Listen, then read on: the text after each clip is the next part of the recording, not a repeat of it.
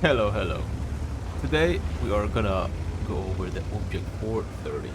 Let's fix the UI a little bit. There we go. Now we see much better what type of tanks we're fighting against. And this is one of the most all-rounded medium tanks in the game.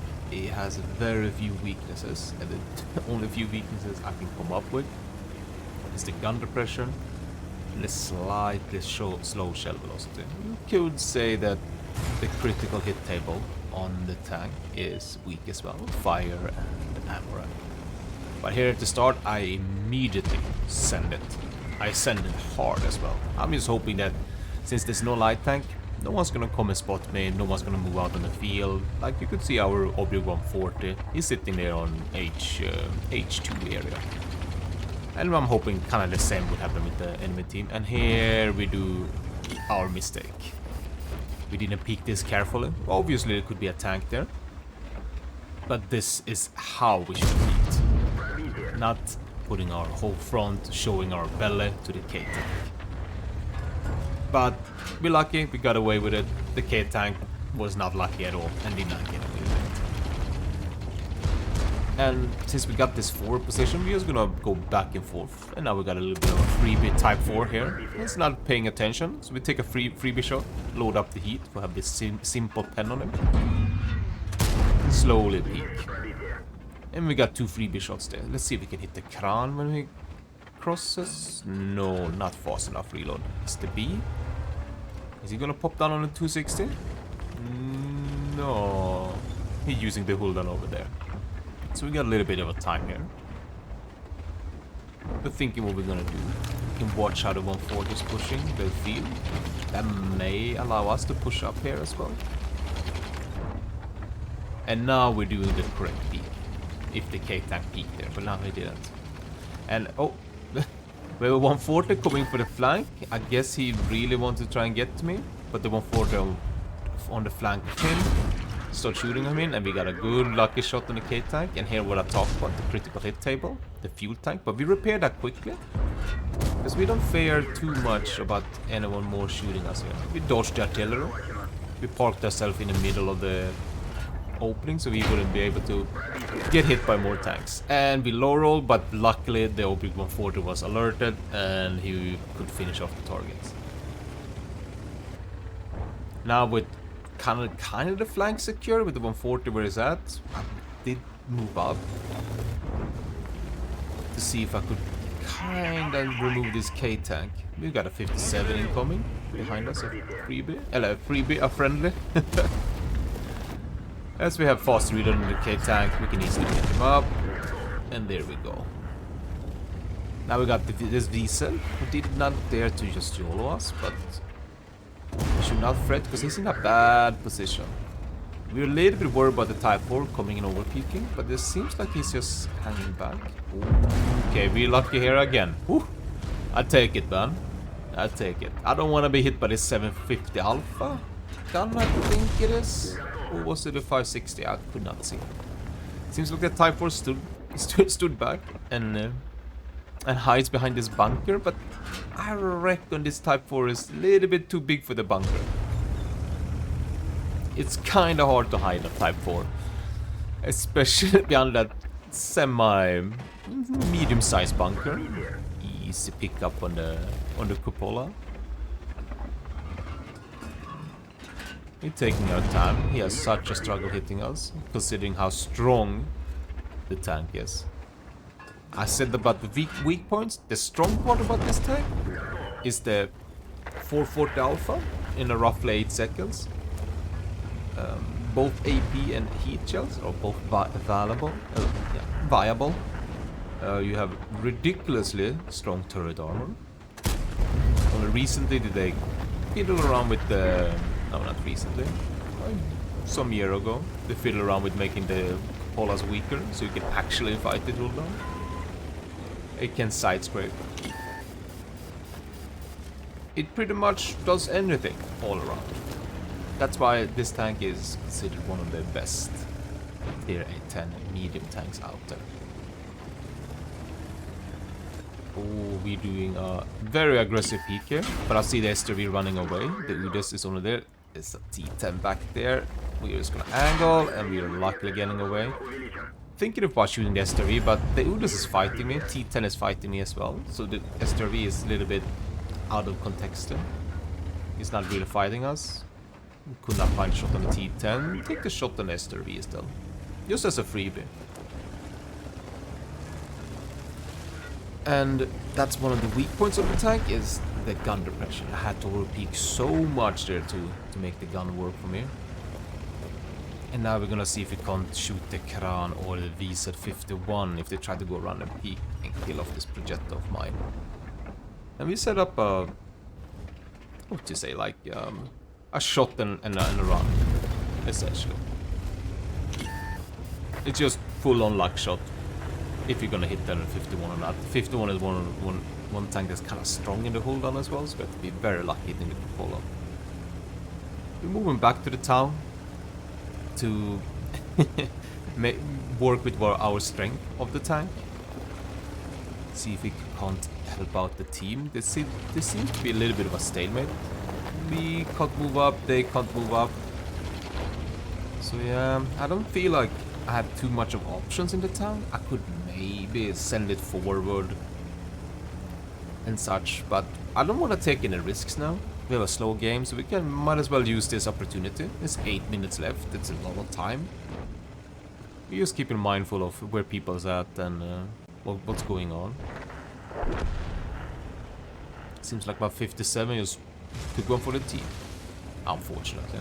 So we're just gonna go for a wide flank here, knock down a tree ahead of us, and then we're gonna see if we can't get a snipe shot, maybe 140 gets spotted in shot, or anything like that. We maybe find a T10 or the STRV, you know, luckily the STRV fires, and then we're gonna, you know, get a snipe shot. So we wanna park the tree in front of the hill in front of us, and there's the Udas. He's back. And I don't want to overpeak that, because last time the T10 was staying back, and the STRV is probably just gonna sit on that hill, because he's a commanding position up there. So we go back into the town.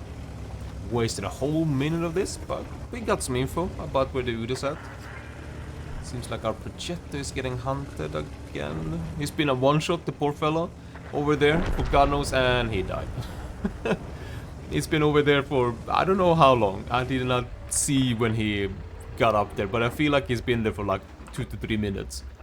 Alright, we're gonna see if they peek here, and they do. I thought it would peek against me to check the corner first, but the 51 really want to go and clean up the E75. So now we need to go quickly help our E75. We load AP immediately. Just because there's debris, rubble, cars and such usually on this road. And we're gonna see it come to fruition here. Take our time, take our time. We see the VZ is back turret, and we got a quick shot. Little bit of careful of the Kranwagen and the STB. Have that in mind. Aiming, there we go, got the lower plate. Oof. That squad would probably have picked him up. We see them far away, and now we have the Kranwagen. Is that Glock? I think it is. Wait, that is Glock. Alright, let's move in on Glock. Alright. Didn't him fire the Kranwagen, so we know he's gonna have 3 shells. He peeks, oh, there we go, he fires. So if we have 2 shots, we have 1.2, we should be able to survive his 2 shots. If we're not very, very unlucky. So we push in so we don't get sniped by the T10 or the Udas. Keep the aggression up, we don't want him to get away, so he can start using the hills. There we go. And our body certified carries up with yeah, it makes us have a little bit more hits than what we should have. Let's see if we can see the Udas and the T10 when we do a peek. T10 is rushing me. Straight open field. A little bit overzealous, I would say. 140 picks him up. Alright, we watch this how this 140 moves. Is it taking hits? Yes, it took 2 hits there. Has to be in a story. And the Udas was actually coming for us. And we were kind of badly aimed there, I would say. More of a panic fire. But we draw him in, and now he has the problem of shooting me. But we don't want to pick up too far out because of the STRV. Ouch. That hits is not good because with a one-shot we have to kind of dodge if we can, use the debris rubble. And now he makes a fatal mistake. Oof. We do not want to diagonally or sideways peek with an STRV, Udas like that. Because of the automatic suspension slows you down. Let's see if we can get a shot on STB. That is I would say the second big mistake. First big mistake was against the K-Tank, the first peak. And this one I could have aimed half a more second. But we gotta make sure the STV doesn't run away. And maybe we can pick up that 8th kill as well. Because I feel like they have the STV, the 2 versus 1 plus artillery. Yep, they picked them up. I'm thinking if I should have gone field here, but I don't know if the STV will completely run. Oh, no, he stayed. Can we have a cupola shot here? Ah, we didn't get the 8 kill, but an amazing game. 9,500. Let's go check the post-stat statistic. Let's check the post-stats. And here we got the post-stats of the game. We had a 9,559 damage, 7 kills. We didn't get the 8. We kinda got traded with the STB war, but I take it. 9,500, 1,000 spotting as well. Check out what the team did. We had a considerable amount here. Good base XP. Detail report. We actually made some credits that round. That's pretty nice, pretty nice. Alright, let's go over the tanks, equipment and field modification.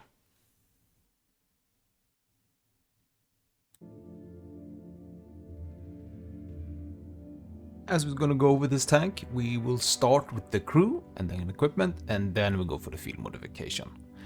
So we start with the crew, and I suggest pretty much pick like the way I had picked. You kind of maybe want to pick the view range first, just to get the full view range with the tank, both situational awareness and recon, and then you pick the repair.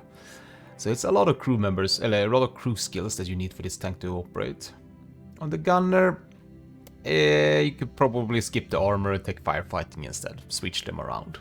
I think it just came by automatic for me, how I picked it. But the driver, I think preventive maintenance is very important. So you want to go Brothers in Arms, smooth ride, repair, preventive maintenance, or you chill with the repair, but that's kind of iffy. But you should get a really good crew before you get this tank, because it's a tier 10 tank. Control impact is kind of nice, because you will be face hugging, you will be ramming into people with it, and it's very good because people will ram into you as well. Believe me, the little 430U, they really want to remove that. For the loader, I would remove the adrenaline rush, put the safe stowage in, but I'm holding back but retraining on my own. But that's what I would definitely do, because with both AP and heat, you want to be able to switch between those two types of styles quite often. That's pretty much for the crew. I would say, well, maybe one more thing is that the tank has really good camo, but you're kind of weak against the firefighting. But you have the field modification now, so maybe you pick concealment first before firefighting. I'm like dabbling both of them, since I have so many crew skills. I kinda went in both for the firefighting and the camo, but I don't know which one I would prioritize. Maybe you go like half-half. But this tank has amazing camo as well, on the move, and as a medium.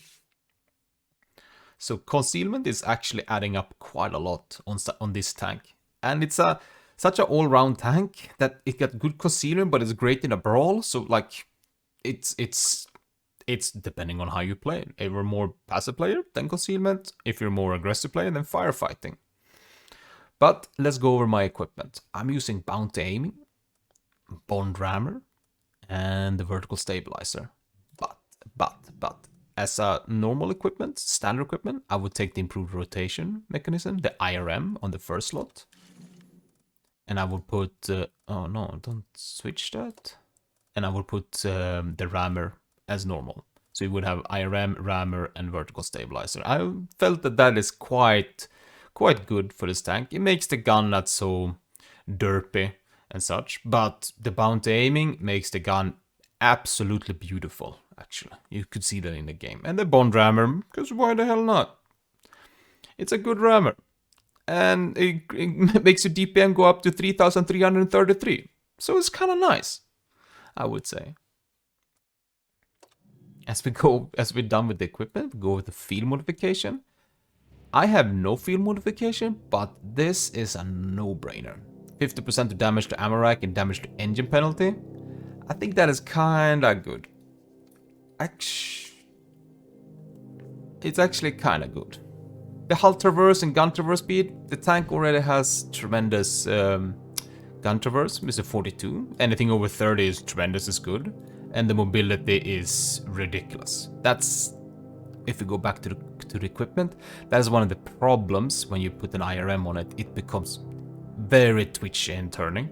So that's why the improved aiming can be really good. But I have not tested an IRM with this as well, with the 4% less. With the 55. But it should become bigger minus, bigger minus. We should reduce it a little bit more with the IRM on it as well. And the next one, this one I'm very unsure of. I think it's gonna be this. This usually is always smaller aiming circle. It adds overall one more dot on the dispersion, but the overall dispersion when we're moving is gonna be kinda meh. But I think it outweighs the value, to be honest, to have a smaller aiming circle all the time. As these two, I don't think you pick anyone, to be honest. I don't see much, like we are gonna fight close combat, so the suspension repair speed is something we kind of want to have. And the reverse speed is kind of good to have, since, what is that reverse speed? Yeah, it's 18.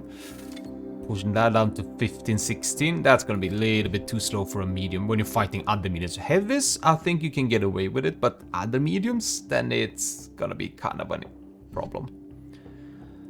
But here is a no-brainer. You pick the 3% aiming speed. Right up, because when we come to the end, I will explain. Even though you lose 2% vehicle hit points, it's fine. It's fine. And this, I don't see much of a use. Because we kind of want the engine power. I think this is something you need to test. But I think you obviously pick this one, the 3% view range and dispersion during gun traverse. Yeah, that received damage to ramming is kind of meh, but you can get away with it. If you're not always fighting so close, you should be able to get away with this one a lot. The engine power kind of stings a little bit, because you do want to be quick with this tank. But when we get full, we get 2% vehicle hit points, so we have still 2,000 hit points. So all we earn on this is 3% aiming, so it's a no-brainer. Yes, I maybe pick this one though. Maybe. It's only 2%. There's some view range. We already have full view range, so I would just pick to see if it's nice. Because when you get rammed in this thing, you get rammed for a lot. Because of 42, when a big nasty heavy or something comes in. But that's it for my little review of Obj 430U. I will do more in the future.